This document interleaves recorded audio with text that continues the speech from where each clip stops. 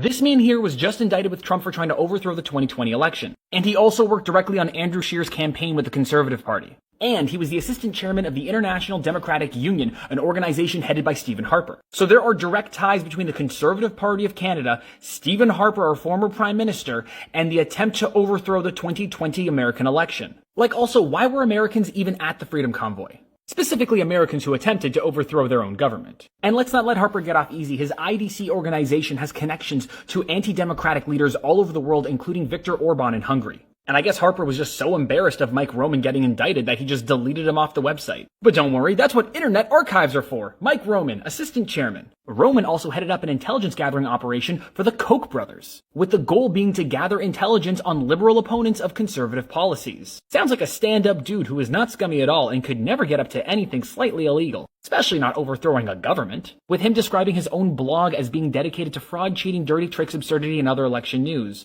But I guess it was his own fraud, cheating, and dirty tricks? Because here's a direct quote from Mike Roman, the man who worked with both Stephen Harper and Andrew Scheer as a consultant for the Conservative Party. If an election is worth winning, then there is somebody willing to steal it. This isn't the pot calling the kettle black. This is straight up the kettle being like, I'm going to steal an election.